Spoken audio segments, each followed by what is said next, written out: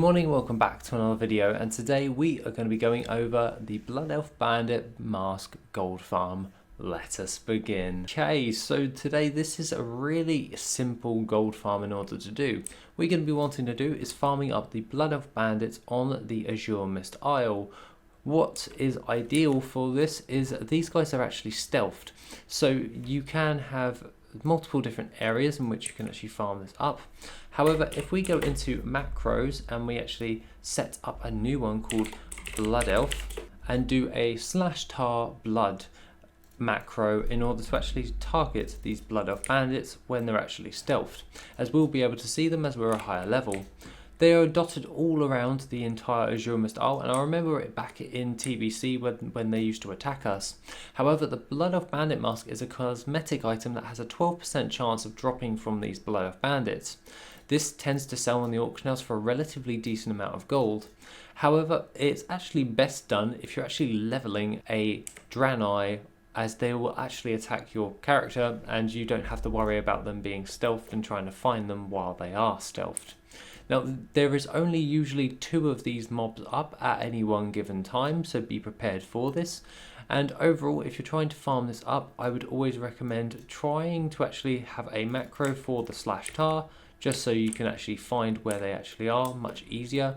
And alongside this, there are multiple different types of spawn locations for all of these guys. They usually spawn around these little pillars that we're running around right now, and we're basically just clicking and trying to find when one actually shows up. These Blood Elf Bandits are quite tricky in order to find, and they do just spring out of the open for you. However, when you're actually running around this entire island, what you're going to be wanting to do is when you're on the 𝐆𝐀𝐈𝐿, you basically want to do a full loop of the entire area, spamming the macro. This will give you the best chance in order to actually farm and find said Blood Elf Bandits, and overall they only come from this mob in particular. If we actually search up Blood Elf Bandit masks, they are currently ranging at a minimum item of 15,000 gold at most at 0.02 sell rate. This is pretty good for a transmog cosmetic piece, and overall, if you are going to be farming this, my only recommendation for you is to literally do this as like a 5-minute farm. So add this into like a lazy gold making method where you just quickly log on an ult, run around the area.